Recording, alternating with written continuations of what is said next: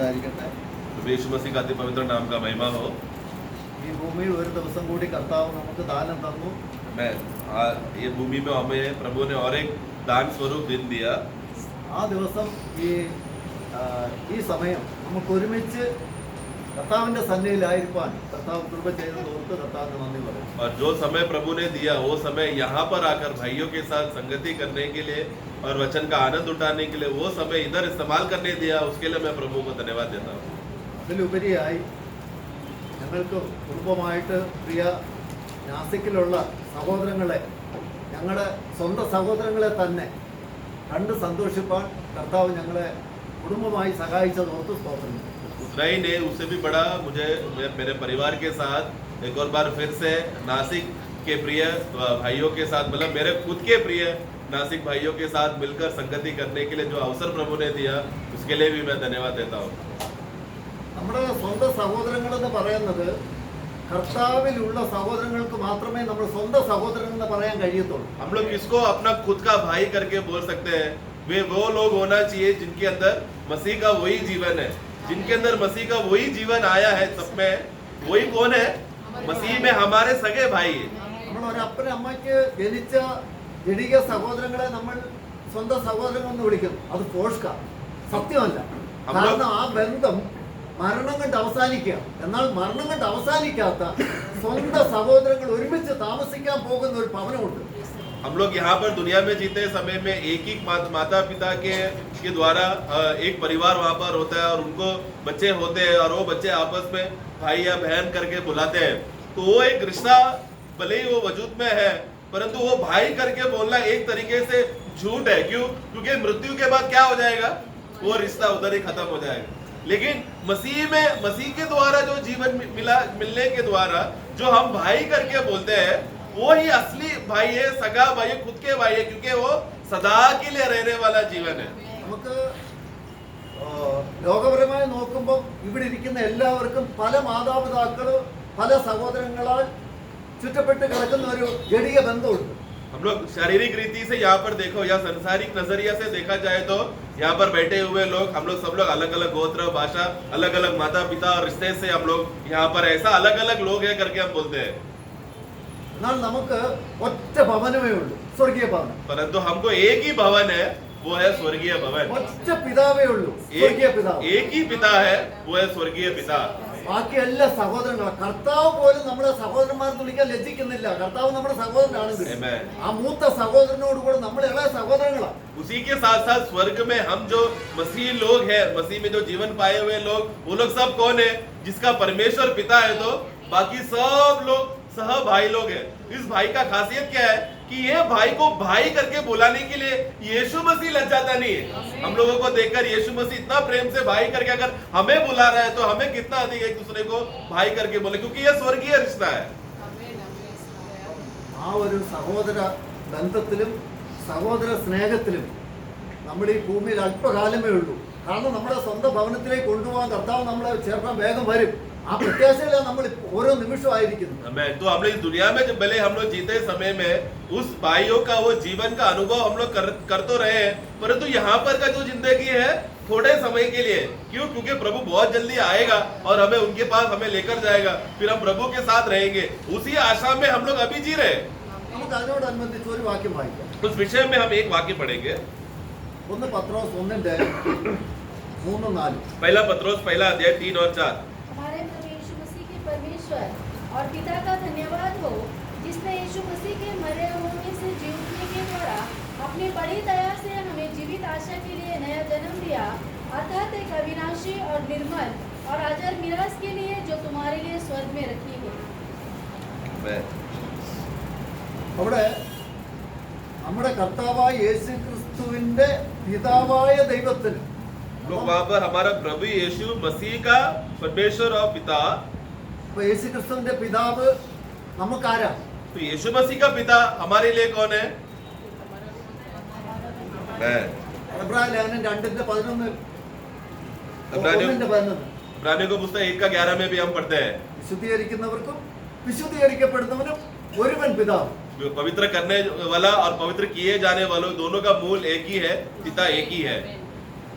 ആ പിതാവിന് അപ്പോസ്തലനായ പത്രോസ് സ്തോത്രം ചെയ്യുക. കാരണം ഇങ്ങനെ സഹോദരന്മാരെ നമുക്ക് എല്ലാവർക്കും ഒരു പിതാവ്, ആ പിതാവിനെ നമ്മളിപ്പോൾ സ്തോത്രം ചെയ്യുകയാണ്. उस पिता को प्रेरित पत्रोस यहाँ पर खत लिखते समय में वो कहता है कि उस परमेश्वर जो हमारा पिता है, मैं उसको धन्यवाद देना चाहता हूँ, क्योंकि उसी रीति में हम सब लोग भाई होने की वजह से हम सबका एक ही पिता है.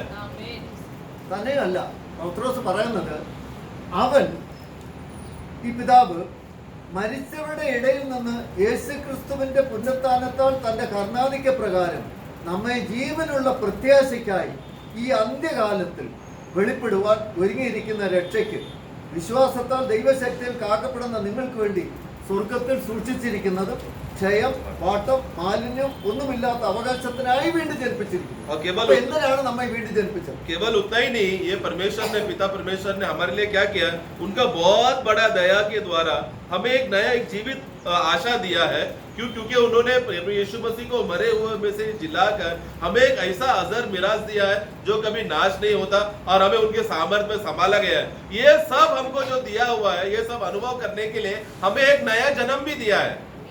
അവിടെ നമുക്കൊരു പ്രത്യാശയെ കുറിച്ച് പറഞ്ഞിരിക്കുന്നത്. എന്താണ് ആ പ്രത്യാശ? वहाँ पर एक आशा के बारे में बोला गया है. क्या है वो आशा? ആ പ്രത്യാശയുടെ പ്രത്യേകത എന്താ? उस आशा का खासियत क्या है? ജീവനുള്ള പ്രത്യാശ. एक जीवित आशा करके लिखा है. കാരണം മരിച്ച പ്രത്യാശയല്ല. क्योंकि एक मरा हुआ आशा नहीं. എന്താ മരിച്ച പ്രത്യാശയും ജീവനുള്ള പ്രത്യാശ നമുക്കുള്ള വ്യത്യാസം? एक मरा हुआ आशा और जीवित आशा का खासियत क्या है?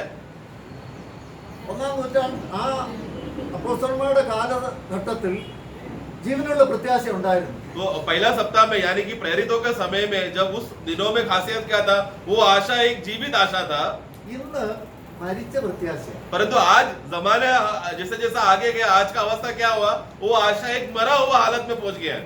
കാരണം ഇന്ന് കർത്താവ് വരും, ഇപ്പോൾ വരും, അടുത്ത നിമിഷം വരും എന്നുള്ള ഒരു പ്രത്യാശ ഇന്ന് ഭൂമിയിലുള്ള വിശുദ്ധന്മാരുടെ ഇടയിൽ കാണുന്നില്ല. क्योंकि आज का जमाने के विश्वासी लोगों का खासियत क्या है कि प्रभु बहुत जल्दी आएगा, देखो वो एकदम नजदीक है, अगला कदम में प्रभु आ जाएगा, जल्दी लेकर जाएगा, शीघ्र लेकर जाएगा. इस प्रकार का भरोसा, विश्वास या आशा रखते हुए जीवन विश्वासियों में वो नहीं रखते. കാരണം ആ പ്രത്യാശ, കാരണം ഈ ഭൂമിയിൽ എന്തൊക്കെയോ നേടിയെടുക്കാനുള്ള ഒരു വ്യഗ്രതയില്ല ഇന്ന് വിശ്വാസികളിൽ ഭൂരിപക്ഷം. അതുകൊണ്ട് കർത്താവ് വരുന്നതിനോടുള്ള കാര്യത്തിൽ അവർക്ക് ആ ഒരു ഉത്തേജനമില്ല. क्योंकि आज जो विश्वासी है करके बोल रहे हैं, ये विश्वासी बोलने वाले लोगों का, अधिकतर लोगों का अवस्था क्या है, वो लोग क्या सोच रहे हैं, दुनिया में हम लोग क्या बातें कमाएं, दुनिया की बातें, दुनिया की चीजें, ये सब बातों में कैसा कमाए करके वो बातों में मन लगाने की वजह से प्रभु का आगमन में का तैयारी का उत्सुकता उसमें नहीं है, बल्कि उत्सुकता किस बात पर है, दुनिया को कमाने के लिए. എന്നാൽ കർത്താവ് സ്വർഗാരോഹണം ചെയ്തപ്പോൾ കർത്താവ് പറഞ്ഞത് ഞാൻ വേഗം വരുമെന്നാണ്. लेकिन प्रभु जब उठा लिया जा रहा था, उस समय प्रभु क्या कहा, मैं शीघ्र, मैं बहुत जल्दी वापस आने वाला हूँ. ഇനി കർത്താവ് സ്വർഗാരോഹണം ചെയ്യുന്ന നോക്കിയിരുന്ന ശിഷ്യന്മാരോട് ദൂതൻ വന്ന് പറഞ്ഞതും എന്താ? നമ്മുടെ അപ്പോസ്തല പ്രവൃത്തി.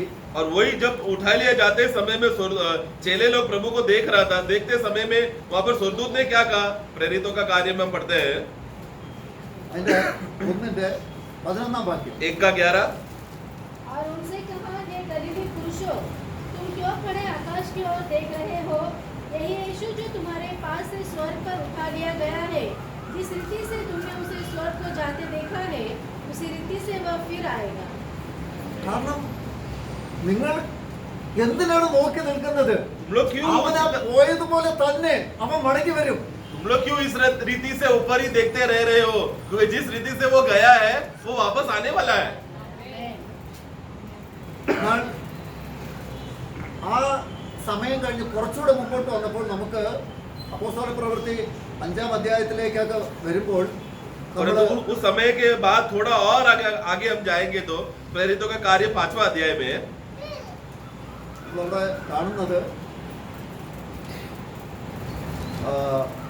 അതിന്റെ 4-ാം അധ്യായത്തിൽ നമ്മൾ കാണുന്നത് കർത്താവ് ആ അപ്പോസ്തലന്മാരുടെ സമയത്ത് തന്നെ മടങ്ങി വരും എന്നുള്ള പ്രത്യാശയിൽ, ആ ജീവനുള്ള പ്രത്യാശ, അവരുടെ സമയത്ത് തന്നെ വരുമെന്നുള്ള ആ പ്രത്യാശയിൽ അവർ ജീവിച്ചിരിക്കുമ്പോഴാണ് അങ്ങനെ കർത്താവ് ഇപ്പോൾ ഉടനെ വരികയാണെങ്കിൽ സഹോദരന്മാരെ, നമ്മളിനി എങ്ങനെ പല പല ഭവനങ്ങളിലേക്ക് പോകുന്നു, നമുക്ക് ഒന്നിച്ച് താമസിക്കാം.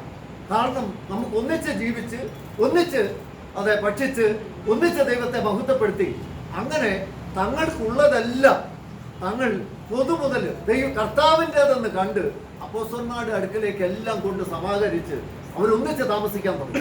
तो वहाँ पर अध्याय 4 का खासियत हम देखते हैं समय में, क्योंकि प्रेरित लोगों को और उस समय के विश्वासी लोगों को इतना आशा से उन्होंने भरे हुए थे कि हमारा प्रभु बहुत जल्दी आएगा और अब भी आने वाला है करके ज्यादा टाइम नहीं लेगा बोलकर उन लोगों के अंदर क्या परिवर्तन हुआ। अध्याय 4 में हम पढ़ते हैं कि सभी विश्वासी लोग आपस में बोलने लगे, अभी प्रभु अगर बहुत जल्दी आ रहा है तो हम लोग क्यों अभी दूर दूर अलग अलग भवन में रहना है, चलो आओ हम लोग सब लोग साथ में रहे, एक साथ हम लोग भोजन करेंगे, एक साथ हम लोग संगति करेंगे, उधर इधर जाने का समय ना बर्बाद करते हुए इधर ही साथ में रहेंगे बोलकर उनका जो भी कुछ था वो लोग ने बेचकर प्रेरितों के पैर में रखकर वो लोग और मतलब उनका विश्वास ये था, इस आशा में था कि प्रभु अभी आएगा। എന്നാൽ ആ കർത്താവിന്റെ വരവിനെ വളരെ പ്രത്യാശയോടെ കാത്തിരുന്ന ഒരു സഹോദരനുണ്ടായിരുന്നു, ഒരു ലേവ്യൻ. और उसमें से एक ऐसा भाई था जो लेवी गोत्र का था, वो सबसे ज्यादा उत्सुकता में था कि हमारा प्रभु अभी आएगा करके बोलकर विश्वास करके जिया। സൈപ്രസ്കാരനായ യോസഫ് എന്നൊരു ലേവ്യൻ തനിക്കുണ്ടായിരുന്ന നിലം വിറ്റ് പണം കൊണ്ടുവന്ന് അപ്പോസ്തലന്മാരുടെ കാൽക്കൽ വെച്ചു. 4:37 उसका 4 का 37 जब पढ़ते समय में या 36-37 में सिप्रस से आया हुआ 36 पढ़ना। यूसुफ नाम साइप्रस का एक लेवी था, हाँ जिसका नाम प्रेरितों ने बरनबास हाँ। अर्थात शांति का पुत्र रखा। हाँ 37 उसने क्या किया, उसकी कुछ भूमि जो जिसे उसने बेचा और दाम के रुपए में लाकर प्रेरितों के पांव पर रख दिया। हाँ ബർന്നബാസ് എന്നുള്ള സഹോദരൻ കർത്താവുമായിട്ടുള്ള നല്ല ഹൃദയബന്ധത്തിലായിരുന്നു അവൻ കൂട്ടായ്മ അനുഭവിച്ചത്.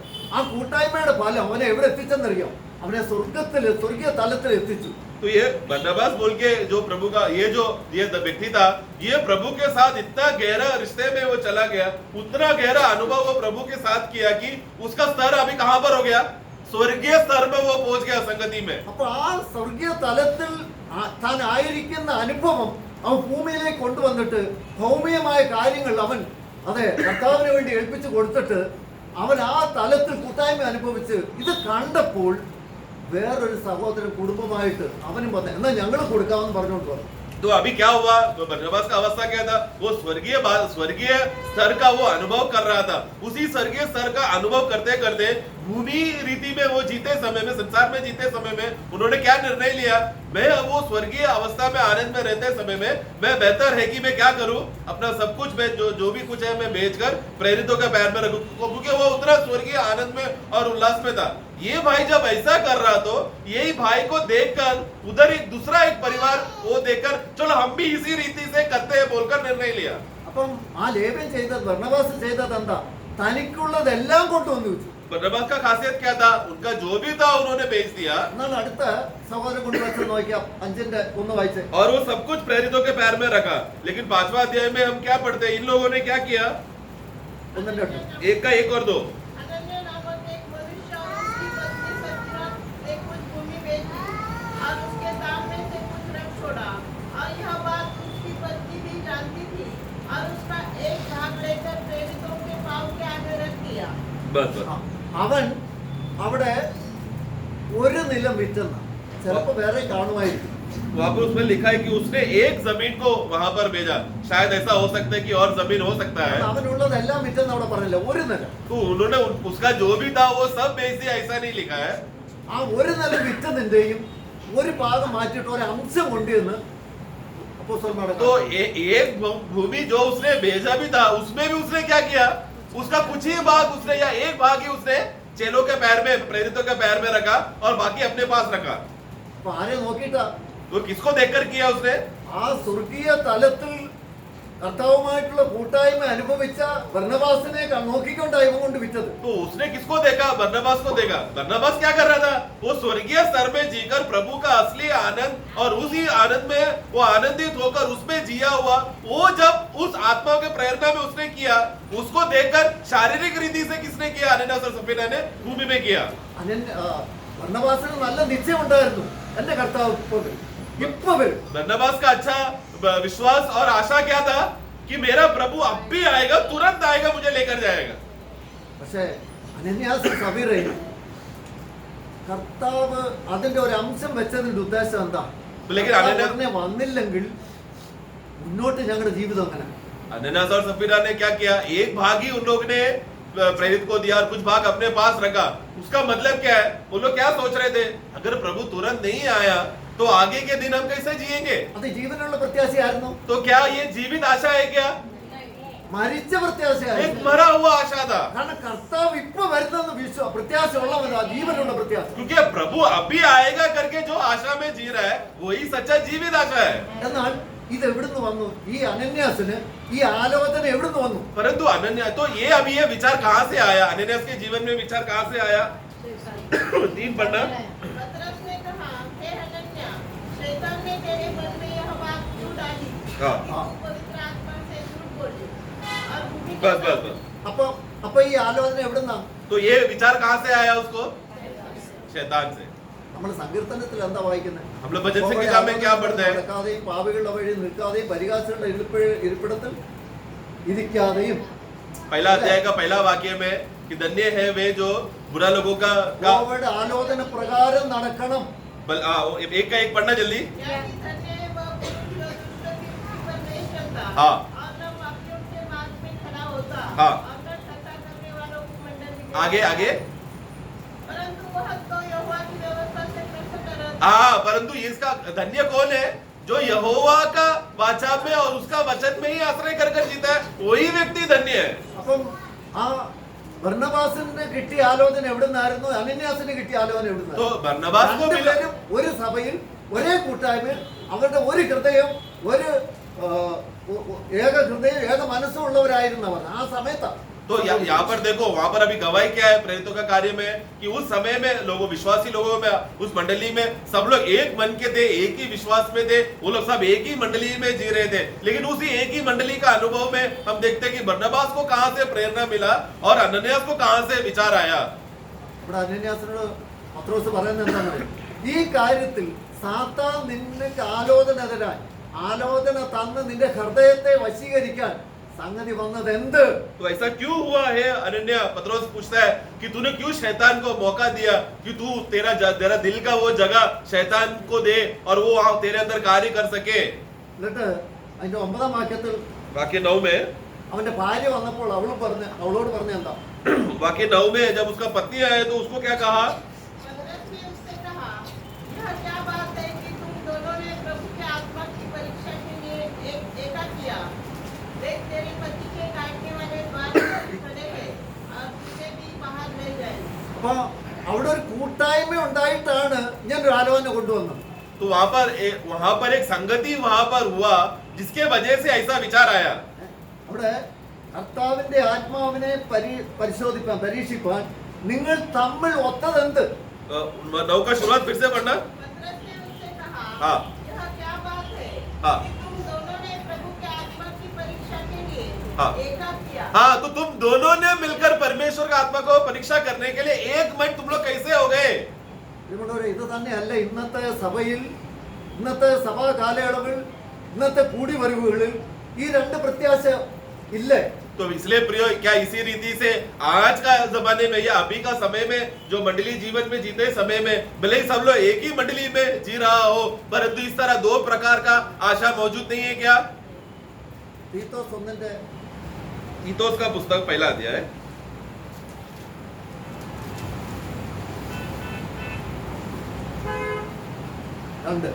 1 का 2। इस अनंत जीवन की आशा पर जिसकी प्रतिज्ञा परमेश्वर ने जो झूठ बोल नहीं सकता सनातन से की है और ठीक समय पर अपने वचन को उस प्रचार के द्वारा प्रकट किया जो हमारे उद्धारकर्ता परमेश्वर की आज्ञा के अनुसार मुझे सौंपा गया। അവിടെ കാണുന്നത് തന്റെ വചനം വെളിപ്പെടുത്തിയ പോഷ്കില്ലാത്ത ദൈവം സകല കാലത്തിനു മുമ്പേ വാഗ്ദാനം ചെയ്ത നിത്യജീവന്റെ പ്രത്യാശ ഹേതുവായി തന്റെ വൃതന്മാരുടെ വിശ്വാസത്തിനും ഭക്തിക്കും അനുസാരമായ സത്യത്തിന്റെ പരിജ്ഞാനത്തിനുമായി ദൈവത്തിന്റെ ദാസൻ എന്നവിടെ പറയുന്നു. കാരണം അവിടെ നിത്യജീവന്റെ പ്രത്യാശ എന്താണ്? वहां पर आशा का खासियत क्या है? जो अनंत काल का है, अनंत जीवन की आशा का है। അപ്പം നിത്യജീവന്റെ പ്രത്യാശ, तो अनंत जीवन का आशा, ജീവനുള്ള പ്രത്യാശ, जीवित आशा, ഇന്ന് സഭയിൽ ഈ പ്രത്യാശയാണ് കർത്താവ് നമ്മളിൽ ആഗ്രഹിക്കുന്നത്.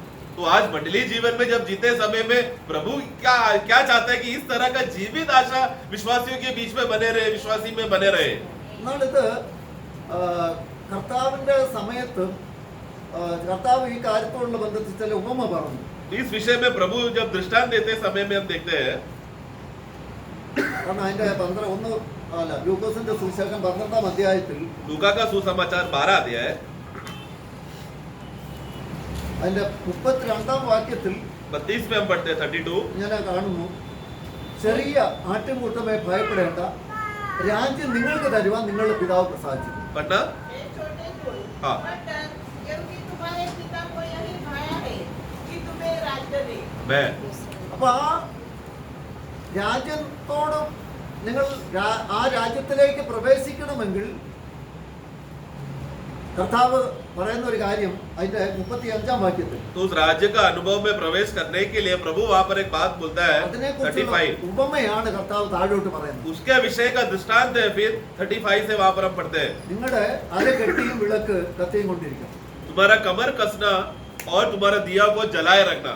ഈ അരകെട്ടിയും വിളക്ക് കത്തിയും കൊണ്ടിരിക്കാൻ നിങ്ങൾ ഇപ്പം ആത്മീയ പോരാട്ടത്തെ കുറിച്ചാണ് നിങ്ങൾ പഠിച്ചുകൊണ്ടിരിക്കുന്നതെന്ന് അറിയാം. കാരണം അത് കുറെ നാളുകൊണ്ട് തുടങ്ങിയത്, അത് ഇതുവരെ അവസാനിച്ചിട്ടില്ലെന്നറിയാം. അത് മിക്കവാറും അത് അവസാനിക്കുമ്പോൾ കർത്താവ് വരും. अब मैं विश्वास करता हूँ क्योंकि इस विषय को अगर हम देखा जाए तो आत्मिक युद्ध को समझना बहुत जरूरी है। और मैं जानता हूँ कि आप लोग आत्मिक युद्ध का विषय में काफी समय से आप लोग उस विषय का मनन कर रहे हैं। और मेरा विश्वास ये है कि जब ये विषय खत्म हो जाएगा तुरंत उसी समय में प्रभु आएगा, लेकर जाएगा।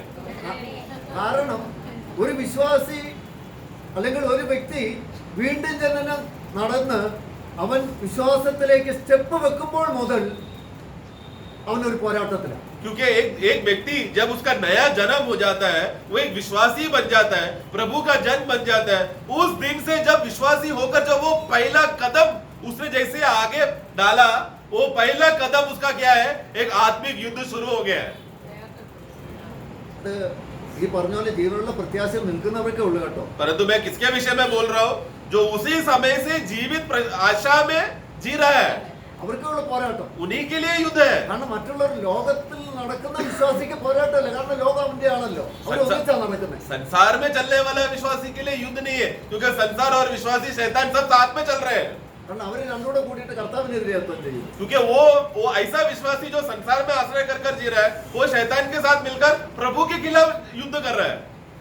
ഇവിടെ നിങ്ങളുടെ അരകെട്ടിയും इसलिए कमर कसकर വിളക്ക് കത്തിയും കൊണ്ടിരിക്കട്ടെ എന്ന് പറയും. और अपना दिया जलाए रखना।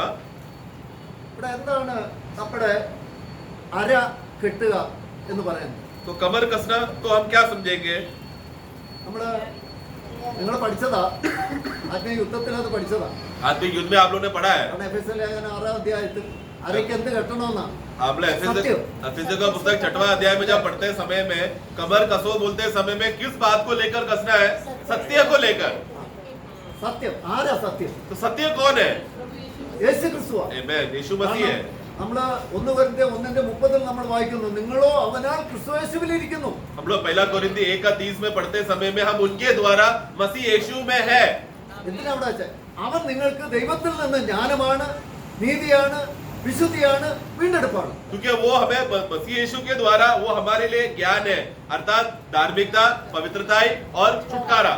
അതാ നമുക്ക് ജീവനും ഭക്തിക്കും വേണ്ടിയതല്ല ആരിലാ ഉള്ളത്? हमारे लिए जीवन और भक्ति के विषय का जो भी जरूरत की बातें हैं वो किसमें है? ക്രിസ്തുവില. मसीह में है। ആ ക്രിസ്തുവിൽ നമ്മൾ വസിച്ചുകൊണ്ട് ക്രിസ്തുവിനെ അനുഭവിക്കാനാണ് കർത്താവ് പറഞ്ഞിരിക്കുന്നത്. उस मसीह में हमने जी कर उस मसीह का अनुभव करना है। കർത്താവ് പറഞ്ഞു, ലോകത്തിൽ നിങ്ങൾക്ക് കഷ്ടമുണ്ട്. प्रभु ने क्या कहा? संसार में तुमको कष्ट है, നമ്മളെ അവിടെ ആ ലോകത്തിലല്ലല്ലോ ആക്കിയത്. परंतु क्या हमें संसार में रखाया गया? നമ്മളെ ക്രിസ്തുവിലല്ലേ ആക്കിയത്. हमें तो मसीह में रखा है ना। ഈ ലോകത്തിൽ പോയതുകൊണ്ടാണ് നീ കഷ്ടം कष्ट അനുഭവിക്കുന്നത്. क्यों आया है विश्वासी तुझे? क्योंकि तू संसार में गया। എന്നിൽ നിങ്ങൾക്ക് സമാധാനമുണ്ട്. मुझ में तुझे शांति है, എന്നിൽ നിങ്ങൾക്ക് കഷ്ടമുണ്ടെന്ന് കർത്താവ് പറഞ്ഞിട്ടില്ല. मुझ में तुमको कष्ट होगा, विलाप होगा, ऐसा प्रभु ने नहीं कहा। എന്നിൽ നിങ്ങൾക്ക് സമാധാനവും ലോകത്തിൽ നിങ്ങൾക്ക് കഷ്ടവുമാണ്. मुझ में तुमको शांति और संसार में तुझे कष्ट होगा। ആ സമാധാനം അനുഭവിക്കാനാണ് നമ്മെ പിതാവും പുത്രനിലാക്കി വെച്ചത്. वो शांति निरंतर हम लोग अनुभव करते रहे, इसके लिए तो पिता ने इतना कष्ट उठाकर हमें मसीह में डाला। അതാണ് നമ്മുടെ വെളിച്ചം, നമ്മുടെ വിളക്ക്. वही हमारा ज्योति है, दिया है। കാരണം ഞാൻ ലോകത്തിന്റെ വെളിച്ചമാകുന്നു. क्योंकि प्रभु ने क्या कहा, मैं जगत का ज्योति हूँ। എന്നിട്ട് കർത്താവ് പറഞ്ഞു നിങ്ങൾ ലോകത്തിന്റെ വെളിച്ചമാണ്. फिर प्रभु कहते हैं कि तुम जगत के ज्योति हो। അതെന്താ അങ്ങനെ പറഞ്ഞു? इस रीति से क्यों ഈ कहा? ലോകത്തിന്റെ വെളിച്ചമായ ക്രിസ്തു നിന്നിലുണ്ടെങ്കിൽ നീ ലോകത്തിന്റെ വെളിച്ചം. क्योंकि जगत का ज्योति जो प्रभु यीशु मसीह है, अगर वो तुझ में है या हम में है, तो तब हम कौन बन जाते? जगत के ज्योति बनते हैं। കാരണം അരയ്ക്ക് സത്യം കെട്ടി क्योंकि कमर में सत्य को बांधकर ക്രിസ്തുവിൽ നീ എല്ലാം വെളിച്ച തെളിമയോടെ കാണുന്നുവെങ്കിൽ അതാണ് നീ ദൈവരാജ്യത്തിലേക്ക് പ്രവേശിക്കും. तो तू कमर में सत्य को बांधकर जीते समय में मसीह तेरा ज्योति है, और वो ज्योति का, सत्य का, ज्योति का नजरिया से तू अगर सब बातें देखते रहेगा तो तू क्या कर रहा है? राज्य में प्रवेश कर रहा है। അങ്ങനെയല്ല. नहीं, അതിനൊരു ഉദാഹരണം കർത്താവ് പറയുന്നത് उसका एक उदाहरण वहां पर हम पढ़ते हैं യജമാനൻ അതിന്റെ 36 വാക്യത്തിൽ 36 में। और तुम उन मनुष्य के समान बनो जो अपने स्वामी की बात देख रहे हो कि वह विवाह से कब लौटेगा, कि जब वह आकर द्वार खटखटाए तो तुरंत उसके लिए खोल दे। ആ, അവിടെ യജമാനൻ കല്യാണത്തിന് പോയി അവൻ എപ്പോൾ മടങ്ങി വന്നാലും വാതിൽ തുറന്നു കൊടുക്കുന്ന ആ ദാസനെയുമായിട്ട് ഉപമിച്ചിരിക്കുക. तो वहां पर देखो मालिक कहां पर गया है? विवाह के लिए गया है, और बहुत जल्दी अभी वापस आने वाला है। बहुत रात हुआ है तो भी बहुत जल्दी वापस आने वाला है। परंतु यहाँ पर विषय क्या है? एक ऐसा दास के बारे में बताया है कि मालिक जब आते समय में दास गुलाम हमेशा तैयार है कि कब मेरा मालिक आए और मैं जल्दी दरवाजा खोलूं।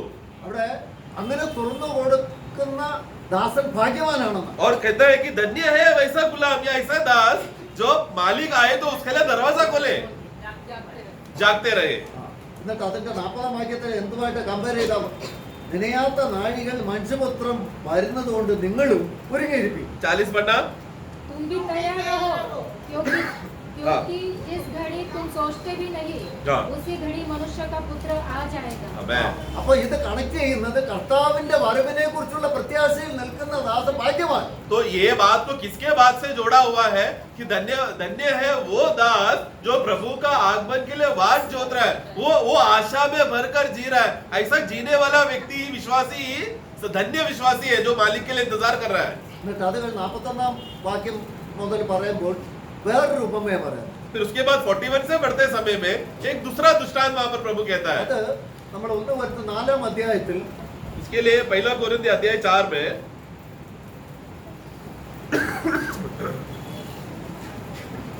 1 മുതൽ 4 का 1 से पढ़ना। मनुष्य हमें मसीह के सेवक और परमेश्वर के भेदों के भंडारी समझे। फिर यहाँ भंडारी में यह बात देखी जाती है कि वह विश्वास योग्य हो। हाँ बस ഞങ്ങളെ ക്രിസ്തുവിന്റെ ശുശ്രൂഷക്കാരും ദൈവമർമ്മങ്ങളുടെ ഗ്രഹവിചാരന്മാരും എന്നിങ്ങനെ ഓരോരുത്തരും എണ്ണിക്കൊള്ളട്ടെ. ഗ്രഹവിചാരകന്മാര് അന്വേഷിക്കുന്നതോ അവർ വിശ്വസ്തരായിരിക്കണമെന്നത്രേ. भंडारी का खासियत क्या होना चाहिए? कि वो विश्वास योग्य होना चाहिए।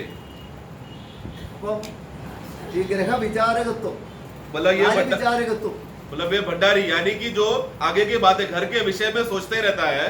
അപ്പൊ ഈ കാര്യവിചാരകത്വത്തിൽ ഏൽപ്പിക്കപ്പെട്ടിരിക്കുന്ന ഈ ദാസൻ പുറത്തുനിന്നൊന്നും കൊണ്ടുവരണ്ട. ആ ഗ്രഹത്തിലുള്ളത് എടുത്തു കൊടുത്താൽ മതി. ये भंडारी का अवस्था यहाँ पर समझना है। जिस घर में वो सेवा कर रहा है और घर को देखभाल कर रहा है, उसको बाहर से कुछ चीजों को लाकर फिर घर को संभाले, ऐसा कुछ भी चीज खरीद कर लाने की जरूरत नहीं है, क्योंकि मालिक ने पहले से ही घर में सब चीजें उपलब्ध करके रखा है। കാരണം അതെന്ത് അത് സ്വർഗീയ ഭവനമായി ഗ്രഹം.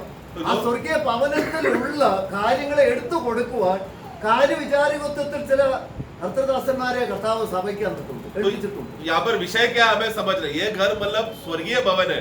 उस स्वर्गीय भवन में बहुत सी चीजें वहां पर प्रभु ने तैयार करके रखा है। वो चीजों को देखकर लोगों को बांटने के लिए प्रभु ने मंडली को, ज्ञानियों को या प्रभु के दासों को या जो वचन को समझने वालों को, इस रीति का भंडारी को या दासों को, मतलब जो गुलाम है जिसको मालूम है किधर से क्या क्या निकाल कर देना है, ऐसे लोगों को नियुक्त किया है। അപ്പോ ജനസിസിൽ നമ്മൾ കാണുന്നു യോസഫിനെ മിസ്രൈമിന്റെ കാര്യവിചാരകത്വത്തിലാക്കി വെച്ചത് എന്തിനായിരുന്നു? हम लोग ഇസ്രായേലിന് വേണ്ടിയായിരുന്നു. उत्पत्ति का पुस्तक में पढ़ते समय में यूसुफ के बारे में हम पढ़ते हैं, तो यूसुफ का मिस्र देश का अधिकारी क्यों बना के रखा? क्योंकि वो उसका लाभ मिस्र देश के लोगों के लिए था क्या? नहीं കാരണം തന്റെ കനാൻ ദേശത്ത് ക്ഷാമം വരുമ്പോൾ തന്റെ സഹോദരങ്ങൾ പട്ടിണിയില്ലാതെ അവരെ പോഷിപ്പിക്കേണ്ടതിന് क्योंकि जब कनान देश में जब अकाल आएगा तो मेरे घर वाले या मेरे भाइयों को संपूर्ण रीति से भंडारता से उनको भोजन दे सके, इसके लिए उसको नियुक्त किया था। അതിന്റെ നമ്മള് അപ്പോസ്തല പ്രവൃത്തി അല്ല ഉൽപ്പത്തി പുസ്തകം उत्पत्ति का पुस्तक അതിന്റെ 45 45 अध्याय, जेनेसिस 45 അതിന്റെ 5 45 का 5 पढ़ना। अब तुम लोग मत पछताओ और तुमने जो मुझे यहाँ भेज डाला इससे उदास मत हो, क्योंकि परमेश्वर ने तुम्हारे प्राणों को बचाने के लिए मुझे तुम्हारे आगे भेज दिया है। मैं എന്തിനാ അവനെ വിറ്റത്? वो लोगों भाई लोगों ने मिलकर यूसुफ को क्यों भेज डाला? അവൻ ആശ്രമം എവര് പേടിച്ചു പോയി. तो जब ये बाकी भाइयों को ये बात प्रकट हो गया कि जो सामने खड़े वाला अधिकारी उसका उनका सगा भाई है, तो भाई लोग डर गए और वो लोग पुराने दिन जो जो कर्म वो लोग ने किया याद कर कर घबराने लगे। അവർക്ക് ആകെ കൂടി ഇച്ചിരി ധൈര്യം ഉണ്ടായിരുന്നത് അപ്പൻ കൂടെ ഉണ്ടല്ലോ, അപ്പൻ ജീവിച്ചിരിക്കുമ്പോ ഇവൻ ഞങ്ങളെ ഒന്നും ചെയ്യത്തില്ല. तो और फिर आगे भी चलकर हम देखते हैं आगे के अध्यायों में भी एक डर उनमें था। वो कब ज्यादा प्रकट हुआ? जब उन लोग ने उस समय तक उनको एक हौसला था, एक खुशी था कि हमारा पिता याकूब जिंदा है, इसके लिए ये हमारा ये भाई कुछ करेगा नहीं करके। लेकिन अगर पिताजी मर जाएगा तो फिर ये पक्का हमको हमारे साथ कुछ बुरा करेगा, वो डर आगे प्रकट होता है। അവർ പേടിച്ചു. वो लोग डर गए। അപ്പം ഇത് കാര്യം യോസഫിന് മനസ്സിലായി. यूसुफ ये कोई बात समझ गया, എന്റെ സഹോദരൻ എന്നെ ഇപ്പൊ പേടിച്ചിരിക്കുക. मेरे सगा भाई लोग मुझसे डर रहे हैं। അതുകൊണ്ട് അവൻ അടുത്ത് വന്നിട്ട് പറഞ്ഞു, സഹോദരന്മാരെ നിങ്ങൾ വിഷമിക്കണ്ട, हे भाइयों तुम लोग मत घबराओ, എന്നെ നിങ്ങൾ വിറ്റതുകൊണ്ട് നിങ്ങൾ അധൈര്യപ്പെടുകയും വേണ്ട. तुम लोग ने मुझे बेच डाला बोलकर तुम लोग दुखी ना हो। നിങ്ങളുടെ ജീവരക്ഷയ്ക്ക് വേണ്ടി എന്നെ ദൈവം മുന്നമേ നിയോഗിച്ച് ഇങ്ങോട്ട് വിട്ടതാ, നിങ്ങളല്ല. तुम्हारा प्राण, बल्कि तुम लोग ने नहीं मुझे बेचा है, बल्कि तुम्हारा प्राणों को बचाने के लिए परमेश्वर ने पहले से ही मुझे आगे भेज दिया। അതിന്റെ 8ാം വാക്യം വായിച്ചേ. वाक्य 8 पढ़े। इस रीति अब मुझको यहाँ पर भेजने वाले तुम नहीं, परमेश्वर ही ठहरा। अबे उसी ने मुझे फिरौन का पिता सा और उसके सारे घर का स्वामी और सारे मिस्र देश का प्रभु ठहरा दिया है। അപ്പൊ ദൈവമാണ് എന്നെ ഇവിടെ അയച്ചത്. ഇന്ന് ഫറവോന് ഞാൻ ആരാ? യോസഫ് ഫറവോന് പിതാവായിരിക്കുക. तो अभी यहाँ पर परमेश्वर ने मुझे नियुक्त किया है। नियुक्त करते समय में किस रीति से नियुक्त किया गया है? फरोन के लिए मैं कौन हूँ? फरोन के लिए मैं पिता हूँ। यूसुफ फरोन के लिए पिता है മിസ്രൈമിനൊക്കെ ഞാൻ അധിപതിയാ. और सारा मिस्र देश के लिए, ഞാൻ അറിയാതെ ഒരേലനങ്ങില്ല. और सारा मिस्र देश के लिए मैं उनका प्रभु, इसलिए मेरे अधिकार के बगैर कोई भी पत्ता हिलेगा नहीं। അപ്പം ഓരോരുത്തർ ഓരോ സാധനങ്ങളും മിസ്രൈമിലെല്ലാം ഉണ്ടെന്ന് അവിടെ വീട് നിലം എല്ലാം വിറ്റ് അവര് ജീവരക്ഷയ്ക്ക് വേണ്ടി അവരെ ജീവനെ നിലനിർത്താൻ വേണ്ടി അല്പ സമയത്തേക്ക് ആഹാരം സ്വരൂപിച്ചു. तो अभी वहां पर अभी क्या हुआ? अकाल आया, तो 7 साल का बड़ा महा अकाल आया। अकाल आया तो मिस्र देश के लोगों ने क्या किया? व्यवस्था क्या बोला था? तुम्हें अपना धन में से थोड़ा बेचकर तुम्हें खरीदना है दान को, ताकि अपने जीवन को संभाल सके। तो मिस्र देश के एक घराने लोग आ रहे दान जो अनाज है, क्योंकि सिर्फ वहीं पर है करके बोलकर वो लोग अनाज को खरीदने के लिए आए और मिस्र देश को दाम देकर खरीदना पड़ा लोगों को। അത് കഴിഞ്ഞപ്പോൾ അവര് നിലം മുഴുവൻ വിറ്റ്, അത് കഴിഞ്ഞപ്പോൾ അവരെ ഉഴുന്ന മൃഗങ്ങളെ വിറ്റു. അത് കഴിഞ്ഞിട്ട് എല്ലാം വിറ്റ് കഴിഞ്ഞിട്ട് പിന്നെ അവർക്ക് കൊടുക്കാൻ ഒന്നുമില്ലാതായി. तो अभी ക്ഷാമം അപ്പോഴും തീർന്നില്ല. तो अभी समय अवस्था देखो, वहां का अवस्था क्या है? जैसा जैसा दिन बढ़ता गया, लोग पहले थोड़ा जमीन का थोड़ा भाग बेचने लगा, फिर पूरा जमीन बेचा, फिर अपना बैल बकरियों को बेचा, जो भी संपत्ति था सब बेचने लगा। आखिरी में उनका हालत क्या हो गया? उनके पास कुछ भी नहीं है देकर अनाज खरीदने के लिए, फिर भी अकाल बढ़ा पड़ा है। അവസാനം അവർ പറഞ്ഞു, फिर आखिरी में गया, ഞങ്ങൾ മിസ്രൈമിന് ഞങ്ങൾ അടിമകളായിക്കോളാം, നീ പറയുന്ന എന്ത് ഞങ്ങൾ ചെയ്തോളാം. നിലം കൃഷി ചെയ്യാനും ആ മിസ്രൈമിൽ ജോലി ചെയ്യത്തക്കോണം അവരെ അടിമകളാക്കി അത് എടുത്തു, വിറ്റു കളഞ്ഞു. उसके बाद वही मिस्र लोग आगे थक कर और कोई रास्ता नहीं दिख रहा, तो लोग क्या बोल रहे हैं? हम लोग भले ही हम लोग मिस्र भी क्यों ना हो, लेकिन इसी मिस्र देश में हम लोग गुलाम बनकर जीने के लिए तैयार है। हम लोग काम काज कर कर खेती बाड़ी कर कर जी लेंगे, लेकिन हमें खाना दे दो, ये यूसुफ बोलकर विनती कर कर यूसुफ ने उनको एक एक जिम्मेदारी सौंपने लगा എന്നാൽ या काम सौंपने लगा।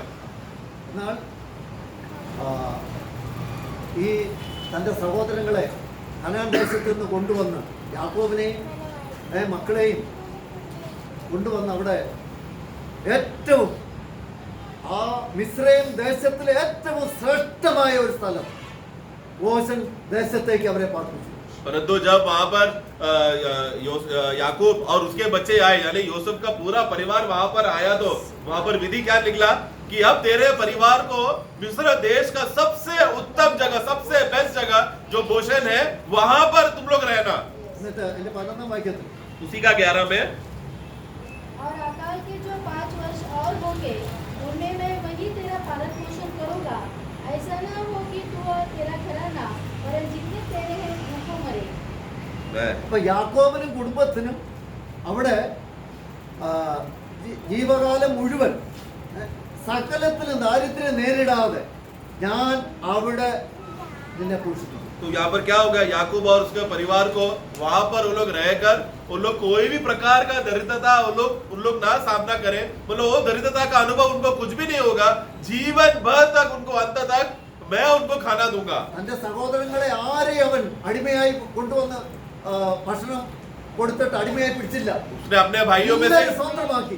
मैं अपना भाइयों में से किसी को भी तुम लोग गुलाम बन जाओ फिर ही तुमको खाना देगा बोलकर ऐसा अवस्था में लेकर नहीं गया, बल्कि वो लोग सबको उसने स्वतंत्रता में ही रखा.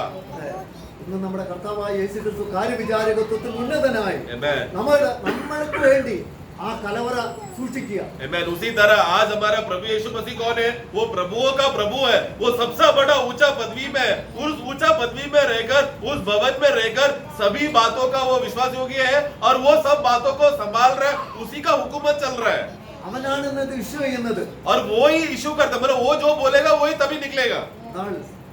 ഈ ഇന്ന് കാര്യവിചാരകത്വം ചില ദൈവദാസന്മാരെ കർത്താവ് ഏൽപ്പിച്ചിരിക്കുന്നത് അവർ വിശ്വസ്തരാണോ എന്നാ. परंतु यहाँ पर अभी विषय क्या हो रहा है? प्रभु ने जो उस अधिकार में रहकर अपना संपत्ति बांटने के लिए अपना मंडली में प्रभु ने कुछ लोगों को, भंडारी लोगों को नियुक्त करके रखा है. लेकिन अभी हालत क्या है? क्या वो भंडारी जिनको नियुक्त किया गया, क्या वो लोग विश्वास योग्य है? क्या അവർ വിശ്വസ്തരായിരിക്കണം. वो लोग विश्वास योग्य होना ഏത് चाहिए? കാര്യത്തിലാ? किस बातों में? അവരുടെ പിതാവിന് എന്തുണ്ടോ അത് ആ ഭവനത്തിൽ നിന്നുള്ളത് മാത്രമേ കൊടുക്കാവൂ. मतलब उनको पिता ने जो उनको नियुक्त करके रखा है जिस घर में, वो पिता के पास जो है, जो कुछ है वही चीज वो लोग बांटना चाहिए. നമ്മള് എഫെസോ ലേഖനം 1:3 എന്താ പറയുന്നത്? एफेसो 1:3 में हम क्या पढ़ते हैं? സ്വർഗത്തിലെ സകല ആത്മീയ അനുഗ്രഹത്താലും स्वर्ग का सब യേശുവിൽ നമ്മെ അനുഗ്രഹിച്ചിരിക്കുന്ന Amen. നമ്മുടെ പിതാവായ നമ്മുടെ കർത്താവായ യേശു ക്രിസ്തുവിന്റെ ദൈവവും പിതാവുമായവൻ വാഴ്ത്തപ്പെട്ടു. 1:3 पढ़े. हमारे प्रभु यीशु मसीह के परमेश्वर मैं। और पिता का धन्यवाद हो कि उसने हमें मसीह में स्वर्गीय स्थानों में सब प्रकार की आत्मिक आशीष दी है. आमेन. അപ്പൊ ഈ സ്വർഗീയമായ ദൈവം ക്രിസ്തു തന്റെ കഷ്ടാനുഭവത്തിലൂടെ സമ്പാദിച്ച് നേടിയെടുത്ത ആ കാര്യങ്ങൾ മാത്രമേ ഇന്ന് സഭയിലേക്ക് കൊടുക്കാവൂ, വിളമ്പി കൊടുക്കാവൂ. तो इसके लिए प्रभु जब इस घर का मालिक बनने आया तो वो किस रीति से बना? कष्ट सहकर, दुख सहकर वो इस बात का अधिकारी बना है और अधिकारी बनकर हमें उसमें सह अधिकारी बनाया है. उसमें प्रभु का इच्छा क्या है? जो प्रभु ने कष्ट सहकर स्वर्गीय बातों को देने के लिए हमें नियुक्त किया है, उसी बात को उठाकर हमें देना है. കർത്താവിന് എന്തുകൊണ്ട് കഷ്ടം അനുഭവിക്കാൻ? അവൻ നീതിമാനാണ്, അവൻ വിശുദ്ധനാണ്, അവൻ പാപം ചെയ്തിട്ടില്ല, പാപം അറിഞ്ഞിട്ടില്ല, അവനിൽ പാപമില്ല. ഇങ്ങനെ നീതിമാനും വിശുദ്ധനും പവിത്രനുമായ ഒരു വ്യക്തിക്ക് ഈ ഭൂമിയിൽ നിലവിളിക്കേണ്ടി വന്നത് എന്ത്? तो हमारा प्रभु को क्यों कष्ट सहना पड़ा? वो तो पहले से ही धर्मी पुरुष है, वो तो पवित्र है, निर्दोष है, निष्कलंक है, वो कभी पाप किया नहीं, पाप क्या है वो जानता नहीं, जीवन में कभी पाप किया नहीं. ऐसा महान व्यक्ति को वो क्रूस पे इतना जोर से क्यों चिल्लाना पड़ा? അവന് കഷ്ടം അനുഭവിക്കേണ്ടി വന്നത് എന്ത്? उनको कष्ट क्यों सहना पड़ा? പിതാവ് അവനെ കൈവിടപ്പെടേണ്ടി വന്നത് എന്ത്? पिता के हाथों से थोड़ी देर वो दूर होना पड़ा. അങ്ങനെ അവനെ ദൈവം കഷ്ടം വരുത്തിയിട്ട് അവനെ ദൈവം ഉയർത്തെഴുന്നേൽപ്പിച്ച് എല്ലാ നാമത്തിനും മേലായ നാമം നൽകി. എല്ലാ വാഴ്ചയ്ക്കും അധികാരത്തിനും കർത്തൃത്വത്തിനും മീതെ അവനെ തലയാക്കിക്കൊണ്ട് എല്ലാം നിറയ്ക്കുന്നവന്റെ നിറവായ അവന്റെ സഭയ്ക്ക് അവനെ കൊടുത്തു. इस रीति से परमेश्वर को ये भाया कि उन्होंने अपना पुत्रों को ही कुचले, अपने पुत्रों को कष्ट से वो गुजारे, ताकि वो उस कष्ट से वो जाकर मरकर मरने के बाद पुनरुद्धान होते समय में क्या किया, सबसे श्रेष्ठ सबसे ऊंचा रीति से उसको उठाया और सबसे ऊंचा नाम दिया, और उस ऊंचा और अधिकार नाम में प्रभु को श्रेष्ठ रखकर किसके हाथ में सौंप दिया, मंडली को दे दिया। നമ്മള് റോമാലേഖനം 8-ാം അധ്യായത്തിൽ നമ്മൾ വായിക്കുന്നു, നാം ദൈവത്തിന്റെ അവകാശവും ക്രിസ്തുവിനോടുള്ള കൂട്ടവകാശത്തിൽ പങ്കാളികളാണെന്ന് വായിക്കുന്നു. रोमियो का पुस्तक 8वां अध्याय में जब पढ़ते समय में हम लोग परमेश्वर के भागी और मसीह के सहभागी है, संपत्ति के संगी वारिस है, परमेश्वर का वारिस और मसीह के संगी वारिस है। 8 का 17 में हम पढ़ते हैं। എന്നാൽ ഇതുപോലെ ഇപ്പൊ കർത്താവ് തന്നെ പറഞ്ഞ ഉപമയോട് ബന്ധപ്പെട്ടാണ് നമ്മളിപ്പോ സംസാരിച്ചു വരുന്നത്. तो प्रभु ने जो दृष्टांत कहा था लूका में, उसी विषय में है, जुड़कर मैं कह रहा हूँ। 41-ാം വാക്യം മുതൽ താഴോട്ട് വായിക്കുമ്പോൾ उसका फिर 12 का 41 से जब पढ़ते समय में 42 में തക്ക സമയത്ത് ആഹാരവിധം കൊടുക്കേണ്ടതിന് യജമാനൻ തന്റെ വേലക്കാരുടെ മേൽ ആക്കുന്ന വിശ്വസ്തനും ബുദ്ധിമാനുമായ ഗ്രഹവിചാരകൻ ആർ. 42 पढ़े। प्रभु ने कहा, वह विश्वास योग्य और बुद्धिमान भंडारी कौन है, जिसका स्वामी उसे नौकर का बराबर सरदार ठहराए कि उन्हें समय पर भोजन सामग्री दे। अबे അങ്ങനെ ആക്കി വെക്കുന്ന ദാസൻ ആര്? ऐसा कौन है, കാര്യവിചാരകൻ ആരാണ്? ऐसा कौन है, ऐसा बुद्धिमान भंडारी? അതിന്റെ 45-ാം വാക്യം. फिर 45 में हम पढ़ते हैं, परंतु यदि वह दास सोचने लगे कि मेरा स्वामी आने में देर कर रहा है, और दासों और दासियों को मारने पीटने लगे और खाने पीने और पियकर होने लगे, तो उस दास का स्वामी ऐसे दिन जब वह उसकी बात जोता न रहे और ऐसी घड़ी जिसे वह न जानता हो आएगा और उसे भारी दंड देकर उसका भाग अविश्वासियों के साथ डराएगा। അവിടെ യജമാനൻ താമസിച്ച് വരൂ എന്ന് ചിന്തിച്ച് ഈ ബാല്യക്കാരെയും ബാല്യക്കാരത്തികളെയും ഉപദ്രവിച്ച് ഈ വ്യക്തി തന്നെത്താൻ അങ്ങ്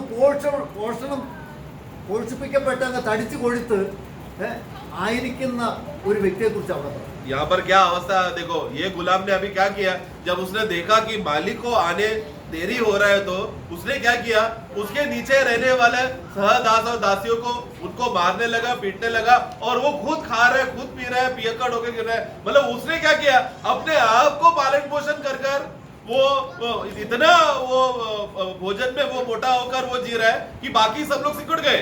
വിശ്വാസികളെ കൊണ്ട് ഉപജീവനം കഴിക്കുന്ന അതെ പാസ്റ്റർമാര് आज का अवस्था मतलब क्या है, ऐसे पास्टर लोग जो विश्वासियों को मूल्य बना रहे हैं ताकि उनसे वो लोग अपना पेट भर सके। കാരണം പുള്ളി വിചാരിക്കുന്നത് ഇപ്പോഴൊന്നും കർത്താവ് വരട്ടെ. क्योंकि ऐसा लोग क्या सोच रहे हैं, हमारा प्रभु अभी बहुत जल्दी नहीं आएगा। കാരണം സഭയെ അങ്ങനെ പഠിപ്പിക്കുന്നത്, കാരണം നിങ്ങൾ ധനം സമ്പാദിച്ചു, നിങ്ങൾ ഈ ലോകപരമായിട്ടൊക്കെ കുറച്ച് പ്രാർത്ഥിച്ച് നേടിക്കോ.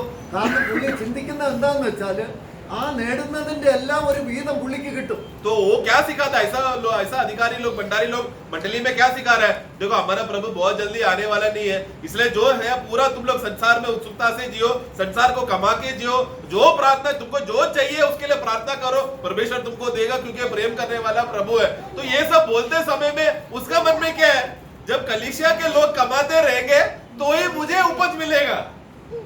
നമ്മൾ അങ്ങനെ കർത്താവ് താമസിക്കുന്നു എന്നുള്ള ഒരു ചിന്ത നമ്മുടെ ഉള്ളിൽ വന്നാൽ അതിൽ മുതലെടുക്കുന്ന ഇവിള. इसलिए प्रियो, एक बार में से हल्का सा भी विचार अगर आ गया कि हमारा प्रभु आने के लिए शायद थोड़ा देर होगा करके, अगर ऐसा विचार आ गया तो उसके बाद वो व्यक्ति को नियंत्रण करने वाला दुष्ट रहेगा, दुष्ट जन रहेगा। ഫസ്റ്റ് സെഞ്ചുറിയിൽ അത് അപ്പോസ്തലനായ യോഹന്നാന്റെ അവസാന സമയത്ത് എഴുതിയ വെളിപ്പാടിൽ നമ്മള് യോഹന്നാൻ പറയുന്നത് तो इसलिए जब വരവിനെ कुछ प्रेरितों के समय में जो सबसे आखिरी प्रेरित जो बचा था यूहन्ना, वो जब अपना आखिरी खत लिखते समय में खास रीति से प्रकाशित वाक्य में वो एक बात कहता है, 22-ാം അധ്യായത്തിൽ 3 പ്രാവശ്യം 22वां अध्याय में ദൈവദാസ ഇത് പറയുന്നുണ്ട്. 3 बार वो कहता है, വേഗം വരുന്നു. देखो मैं शीघ्र आ रहा हूँ। അതിന്റെ 7-ാം വാക്യം 7वां वाक्य में फिर मैं शीघ्र आने वाला हूँ। हाँ, धन्यवाद है जो इस पुस्तक की भविष्यवाणी की बातें मानता है। ഈ പുസ്തകത്തിലെ പ്രവചനം പ്രമാണിക്കുന്നവൻ ഭാഗ്യവാൻ. और जो ये पुस्तक में लिखा हुआ भविष्यवाणी को मानता है तो वो धन्य है। അത് കഴിഞ്ഞ് അതിന്റെ 12-ാം വാക്യം फिर 12 पढ़े, देख मैं शीघ्र आने वाला हूँ और हर एक के काम बदला देने के लिए प्रतिफल मेरे पास है। ആ ഇതാ ഞാൻ വേഗം വരുന്നു.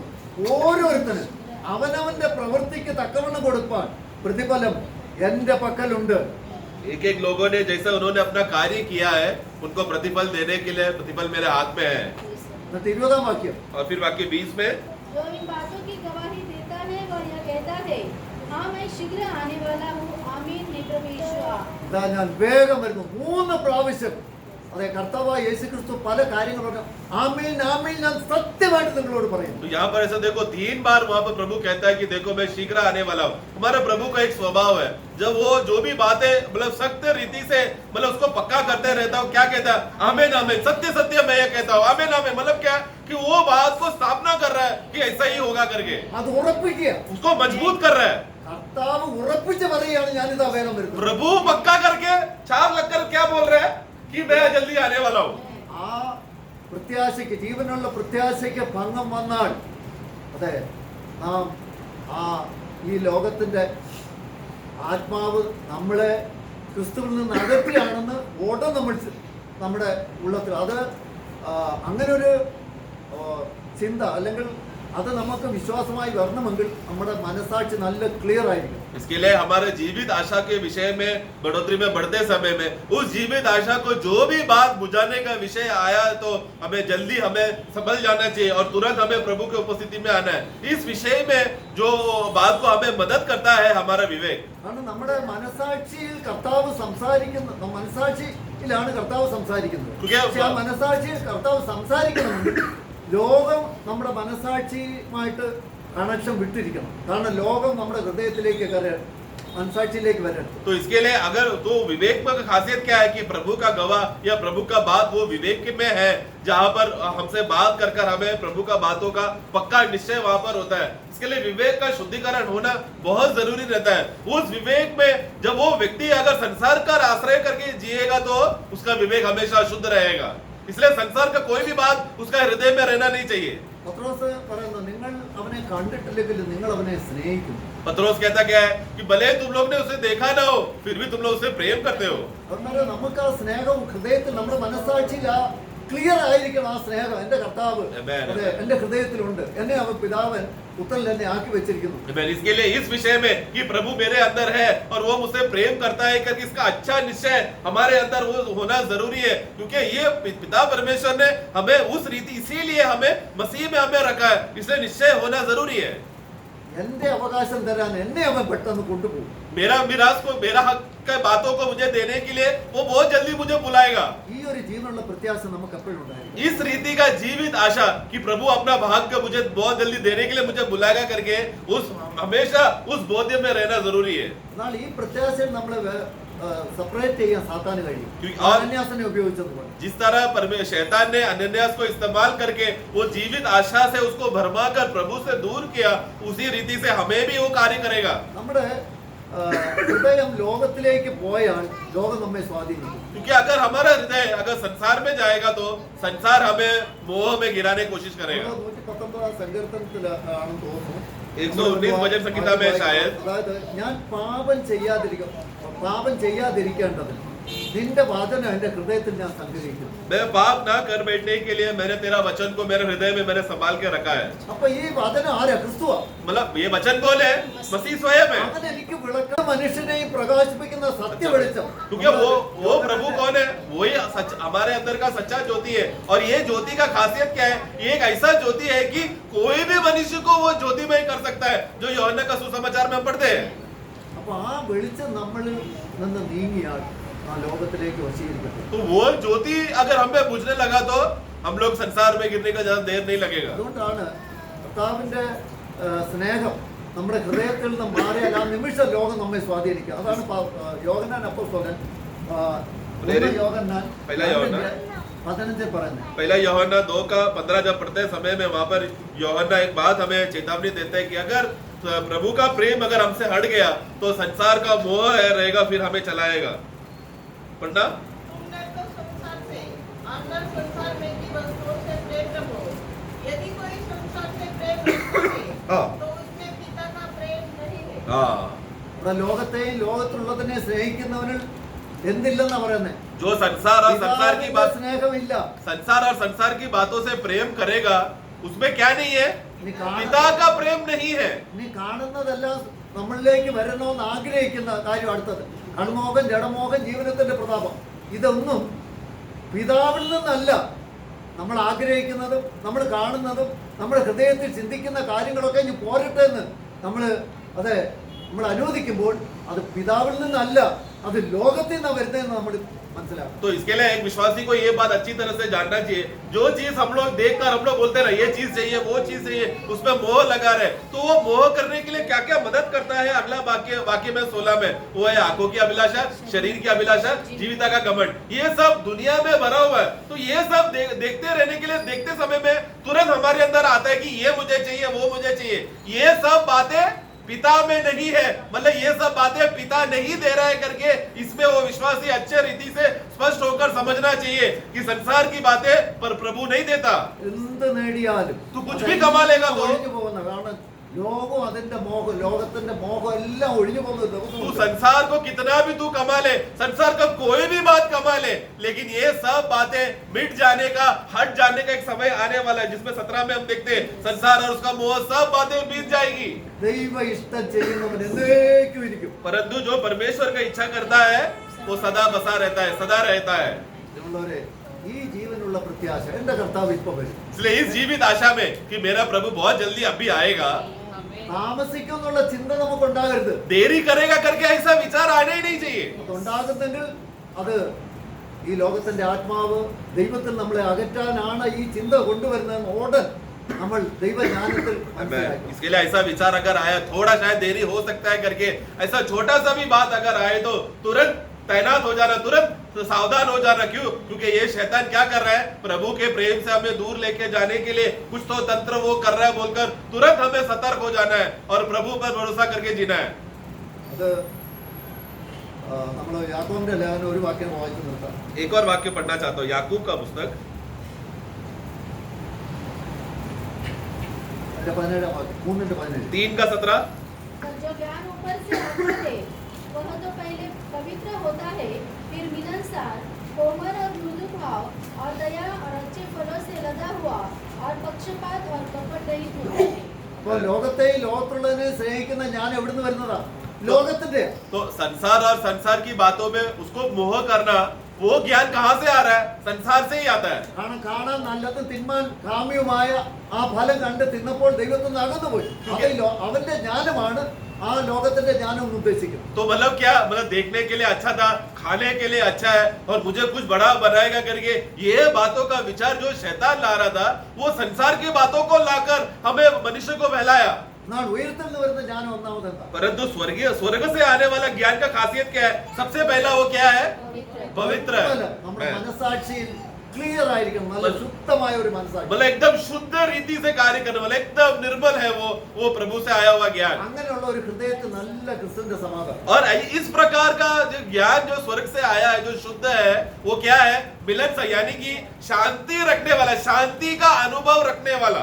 അപ്പൊ ശാന്തത, അവന് വലിയ വേവലാതി ഒന്നുമില്ല. और वो दीन स्वभाव में तड़पता नहीं है, क्या होगा, विचलित नहीं होगा, ऐसा होगा क्या, वैसा होगा क्या, ऐसा टेंशन नहीं है।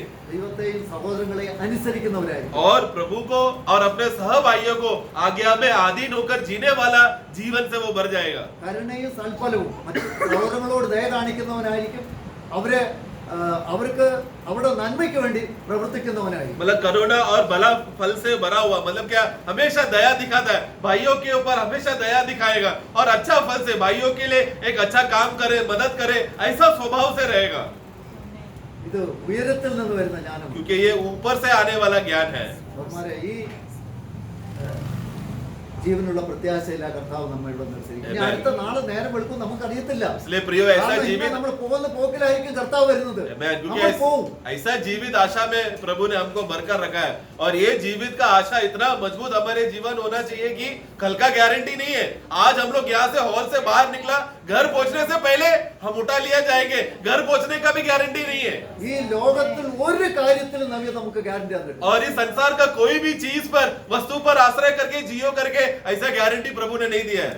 എനിക്ക് എന്തുണ്ടോ परंतु मुझे क्या है स्वर्ग में, അതെന്റെ സഹോദരങ്ങൾ കൂടി ഉള്ളതാണെന്ന് हाँ, परंतु इस दुनिया में जब जीते समय में प्रभु ने हमको कुछ बातें हमको दुनिया में दिया है। वो बातें क्या है? मेरा अकेले का नहीं है, मेरे सह भाइयों का भी है बोलकर सब लोग साथ में प्रेम में एकता में रहे, ऐसा हम लोग को बांटकर प्रेम में जीना है। അത് വീതിച്ച് തരാൻ കർത്താവ് നമ്മെ കൊണ്ടു പിതാവിന്റെ അടുക്കലേക്ക് കൊണ്ടുപോകും, വേഗം വരും. और उसके बाद स्वर्ग में हमको क्या क्या बातें हैं उस बात को बांटकर उसका धन का पूर्णता का अनुभव करने के लिए प्रभु क्या करेगा? तुरंत हमें शीघ्र आएगा, लेकर जाएगा, अपना धन को स्वर्ग में बांटेगा। കർത്താവ് സഹായിക്കും. इसलिए प्रभु हम सबको सहायता करे। Praise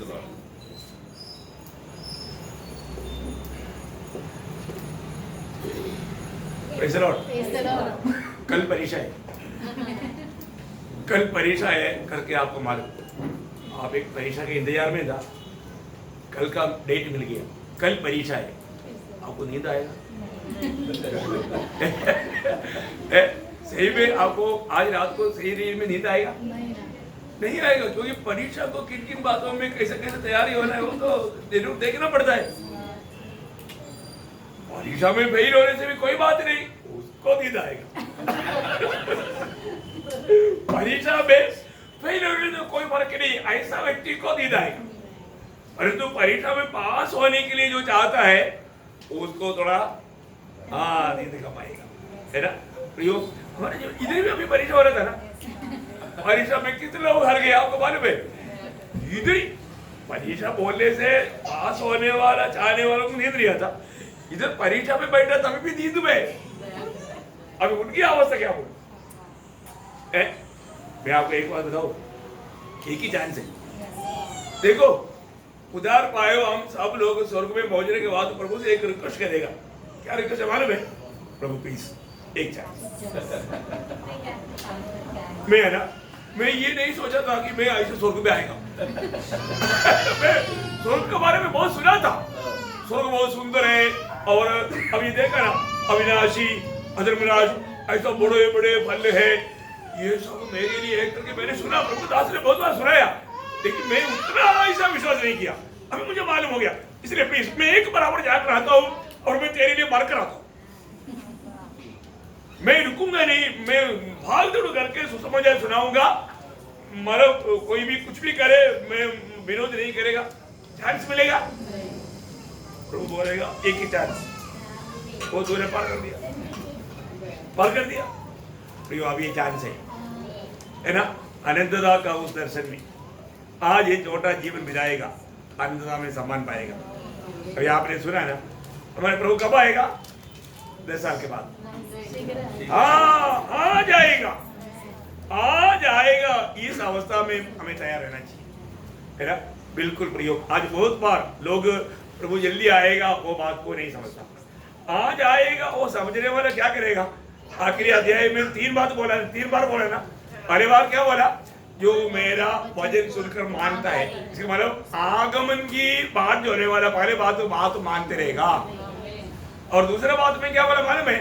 हरेक का काम के अनुसार प्रतिफल देने के लिए मेरे पास है, मैं जल्दी आ रहा हूँ, प्रतिफल लेकर आ रहा हूँ। इसका मतलब काम करते रहेगा, वचन में बना रहेगा, दूसरा काम करते रहेगा, तीसरा क्या है?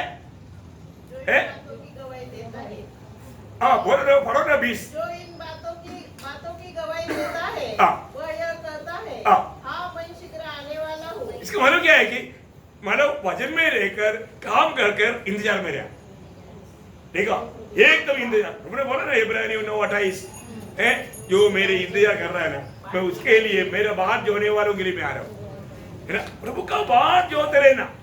प्रियो, हम लोग रोमियो 13:11 के अनुसार हम जो सोचा उसे बढ़कर प्रभु का आगमन निकट है। प्रियो, निकट है।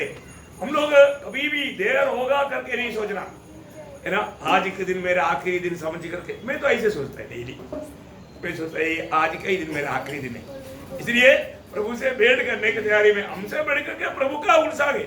प्रभु ने बोला है जाओ, मैं हूँ वहां, तुम भी रहने के लिए मैं फिर से आकर तुझे ले जाऊंगा। ये वचन दिया वो प्रभु जल्दी से जल्दी हमसे भेंट करने के लिए उनका दिल तड़प रहा है, लेकिन हमारा तैयारी नहीं हुआ जैसे होना चाहिए। तो प्रभु को धन्यवाद देता है, प्रभु के दासों के द्वारा बहुत सुंदर वचन आया, है ना? आशा है ना? इसको ये आशा है वो बिल्कुल अपने जिंदगी में दिखाएगा। Praise the Lord. ये जीवित आशा है, है ना? ये आशा हमें जरूर मानव प्रभु के लिए तैयार रहने में, कार्य करने में सहायता करता है। तो आइए प्रियो अपने आंखें बंद करें और एक बार अपने जीवन को परखे आज प्रभु ने मुझसे क्या कहा। जो भी दिल से प्यार से आया उनका हर एक से प्रभु ने बात किया, हर एक की अवस्था जान करके बात किया। वो सिंपल निधि में हर एक के अंदर प्रभु ने वचन कार्य किया है, सबके जीवन में काम किया। प्रभु ने दिया हुआ संदेश विश्वास योग्यता के साथ और लोगों को पहुंचाया है ना। प्रभु के दासों के कर्तव्य क्या है, वो विश्वास योग्य रहना चाहिए। प्रभु ने जो भी दिया वो पहुंचाया। क्योंकि अभी कल कुछ कम भी रह गया तो बजाने वाला दोषी नहीं, सुनने वाला दोषी हो जाएगा। तो सुनने वाला दोषी ना होने के लिए सावधान रहना, सुना हुआ बातों में बना रहना। तो प्रभु का महिमा हुआ है। प्रभु वचन बोलने के लिए प्रभु दासों को प्रभु ने सामर्थ्य दिया, उसके प्रति प्रभु को धन्यवाद देते हैं। प्रभु के दासों को भी धन्यवाद देते हैं और इन वचनों के द्वारा प्रभु को महिमा मिले। आमीन। आइए